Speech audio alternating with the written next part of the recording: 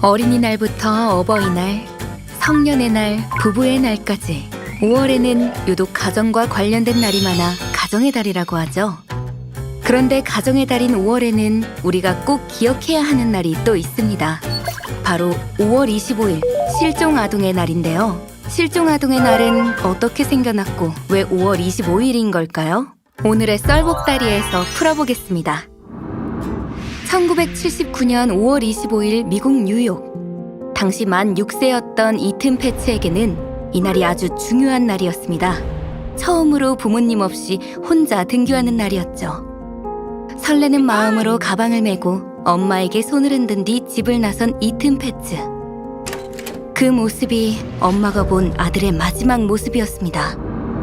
이튼 패츠는 집에서 겨우 2블록 떨어진 스쿨버스 정류장까지 가지도 못하고 연기처럼 사라진 건데요. 이튼 패츠가 사라진 곳은 미국 뉴욕 맨해튼의 소호거리. 이곳은 슬럼가가 아닌 가정집들이 모여있는 평범한 마을이었고 실종 시간 또한 캄캄한 밤이 아닌 밝은 아침이었기 때문에 미국 시민들은 큰 충격에 휩싸일 수밖에 없었습니다. 그리고 이 사건은 미국 전역을 발칵 뒤집었죠. 이튼 패츠를 찾기 위해 뉴욕 경찰부터 FBI까지 동원됐고 아이의 사진을 우유팩에 게재하며 우유를 마시는 짧은 시간에도 실종된 아이를 기억하고 아이를 찾는 데 동참해줄 것을 호소했습니다. 이것은 실종 아동을 우유팩에 게재한 최초 사례가 됐는데요. 하지만 이런 노력에도 불구하고 좀처럼 단서를 찾지 못했고 이튼 패츠는 돌아오지 않았습니다. 사건 발생 4년 후인 1983년 당시 미국 대통령이었던 로널드 레이건은 이튼 패츠가 실종된 날인 5월 25일을 세계 실종 아동의 날로 지정, 선포했어요. 이에 캐나다와 유럽 등 전 세계가 동참했고 우리나라는 2007년부터 동참해서 5월 25일을 실종 아동의 날로 제정했습니다. 미국 전역을 충격에 빠뜨린 이튼 패츠 실종 사건처럼 우리나라를 충격에 빠뜨린 실종 사건이 있었죠. 5명의 아이들이 하루아침에 감쪽같이 사라진 일명 개구리 소년 실종 사건입니다. 1991년 3월 26일 지방선거가 치러지는 임시공휴일이었습니다. 학교에 가지 않는 아이들은 335 모이기 시작했죠. 당시 13살이던 우철원 군과 12살이던 조호연 군, 11살이던 김영규 군, 10살이던 박찬인 군, 그리고 9살이던 김종식 군은 도롱뇽 알을 주우러 간다며 평소 그들의 놀이터였던 동네 뒷산으로 향했는데요. 그리고 아이들은 홀연히 사라졌습니다. 실종 이후 이 아이들은 개구리 소년으로 불리며 대한민국을 발칵 뒤집어 놓았죠. 실종된 아이들을 찾기 위해 군과 경찰이 총동원됐습니다. 국내 단일 실종 사건으로는 최대 수색 규모인 연인원 32만 명의 인력이 동원돼서 대대적인 수색을 펼쳤었죠. 보상금을 내건 전단지를 제작 배포하고 공중전화 카드와 담배 등에도 실종 아동들의 사진을 실었을 뿐 아니라 영화를 만드는 등 실종된 아이들이 돌아올 때까지 기억하고 관심을 가져주길 호소했습니다. 시간이 흐를수록 가족들의 마음은 타들어갔습니다. 5아이의 부모들은 지푸라기라도 잡는 심정으로 자녀들의 사진을 붙인 트럭을 몰고 전국을 다니며 사람들에게 전단지를 나눠줬는데요. 이러한 노력에도 불구하고 아이들을 찾을 단서는 좀처럼 나오지 않았고 결국 11년 6개월이 지나서야 유골이 되어 돌아왔습니다. 5아이의 실종 사건 발생 후 32년이 지난 지금 거리에는 수많은 CCTV가 있고 누구나 스마트폰으로 사진과 동영상을 촬영할 수 있는 시대가 됐죠. 하지만 이렇게 세상이 발전됐어도 여전히 해마다 약 2만 건의 아동 실종 신고가 접수된다고 합니다. 실종 아동 찾기의 골든타임은 단 3시간. 이 시간 안에 아이를 찾지 못하면 실종이 장기화될 가능성이 커지기 때문에 한시라도 빨리 아이를 찾는 것이 무엇보다 중요합니다. 그럼 3시간 안에 아이를 찾으려면 어떻게 해야 할까요? 먼저 아이들이 어떤 상황에서도 당황하지 않도록 잘 교육하는 것이 중요합니다. 만약 부모님을 잃어버렸다면 멈춘다, 생각한다, 도와달라고 외친다. 이 3단계를 꼭 기억할 수 있도록 평소 자녀를 교육해야 하는데요. 멈춘다는 당황해서 부모님을 찾으려고 돌아다니지 말고 그 자리에 멈춰서서 부모님을 기다리는 것이고, 생각한다는 자신의 이름은 물론이고 부모님의 이름과 전화번호, 주소 등을 생각하는 것이죠. 그리고 마지막으로 도와달라고 외친다는 주변에 도움을 요청하는 것인데, 이때 주위 경찰서나 아동안전지킴이집 표시가 있는 상점을 찾는 것이 좋고, 만약 이런 곳이 없다면 경찰이나 소방관 등 제복을 입은 사람에게 도움을 요청하도록 해야 합니다.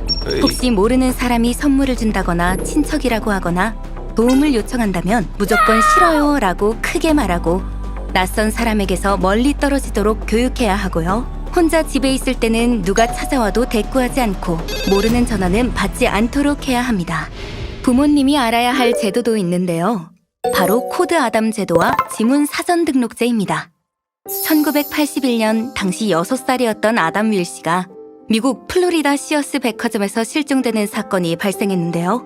안타깝게도 아담은 실종 후 보름 만에 살해된 채 발견됐습니다. 이 사건 이후 미국은 실종 아동을 보호하고 아동 범죄를 예방하기 위해 아담 윌 씨의 이름을 따서 코드 아담 제도를 마련했죠. 우리나라는 2014년 7월에 한국형 코드 아담을 도입했습니다. 코드 아담은 아이를 신속하게 발견하기 위한 제도인데요. 놀이공원이나 백화점, 대형마트, 박물관 등 다중이용시설 내에서 아동 실종되면 시설 관리자는 실종 신고가 접수되는 즉시 코드 아담 경보를 발령하고 모든 출입구를 봉쇄한 후 인력을 총동원해 집중적으로 수색하는 등의 조치를 취해야 합니다. 이 제도는 무엇보다 자녀가 있는 부모님이 잘 알고 있어야 자녀가 사라졌을 때 올바르게 대처하고 아이를 빠르게 찾을 수 있는데요. 다중이용시설에서 아이가 사라지면 즉시 112에 신고하고 안내 데스크나 바로 옆 직원에게 신속하게 도움을 요청해야 합니다. 도움을 요청할 때는 아이가 사라진 장소와 인적사항, 특이점, 인상착의 등을 자세히 설명하는 것이 중요합니다. 지문 사전 등록제는 실종에 대비해서 자녀의 지문과 사진, 보호자의 인적사항 등의 정보를 사전에 경찰지원센터에 등록해두고 아동 실종 시 등록된 정보를 활용해 신속하게 발견하도록 하는 제도입니다. 실제로 경찰청에 따르면 지문을 사전 등록한 아동의 경우 실종 시 평균 46분 만에 가족의 품으로 돌아온 반면 지문을 사전 등록하지 않은 아동의 경우 실종 시 아이를 찾는데 무려 5,664분, 94시간이 걸린다고 하는데요. 그럼 지문 사전 등록은 어떻게 해야 하는 걸까요? 방법은 아주 간단합니다.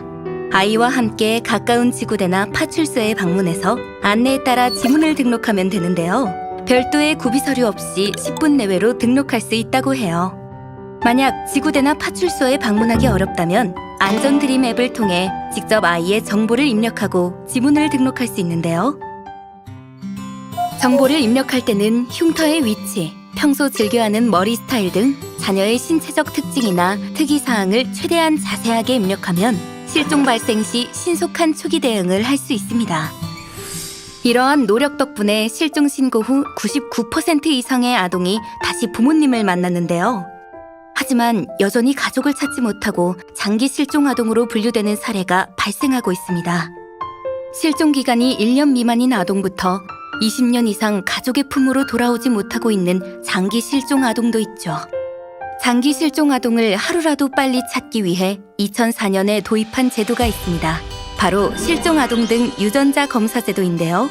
실종 아동일 가능성이 있는 대상자와 실종 아동을 찾는 보호자의 유전자를 실종 아동 업무 시스템에 등록하고 관리하면서 DNA가 일치하는 가족을 찾는 제도입니다. 아동권리보장원에 따르면 지난해 한 해 동안 총 37명의 장기 실종 아동이 유전자 검사를 통해 가족과 만날 수 있었다고 하는데요. 하지만 가족들이 애타게 찾고 있는 장기 실종 아동들은 여전히 많이 있습니다. 이들에게 필요한 건 여러분의 작은 관심입니다. 이 아이들을 한 번만 자세히 봐주세요. 그리고 주변을 돌아봐주세요. 어쩌면 여러분의 주변에 이 아이들이 있을 수 있습니다. 가정의 달인 5월, 이들이 하루빨리 따뜻한 가족의 품으로 돌아오기를 진심으로 바라면서 이상 썰복달이었습니다.